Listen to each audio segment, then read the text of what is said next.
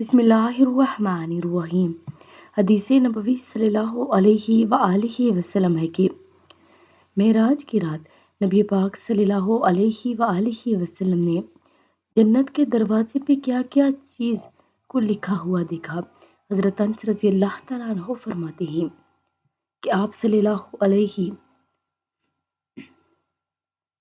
وآلہ وسلم نے ارشاد فرمایا کہ معراج کی رات میں نے جنت کے دروازے پر لکھا دیکھا کہ صدقہ کا ثواب 10 گنا ہے اور قرض کا 18 گنا۔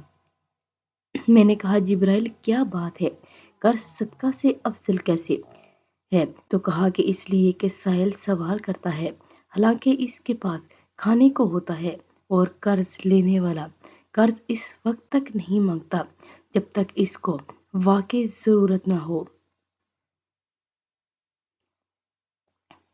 یعنی صدقہ سے قرض کا ثواب زیادہ ہے۔ اگر ویڈیو اچھی لگے تو لائک، شیئر اور سبسکرائب کر دیں۔ جزاک اللہ خیرہ۔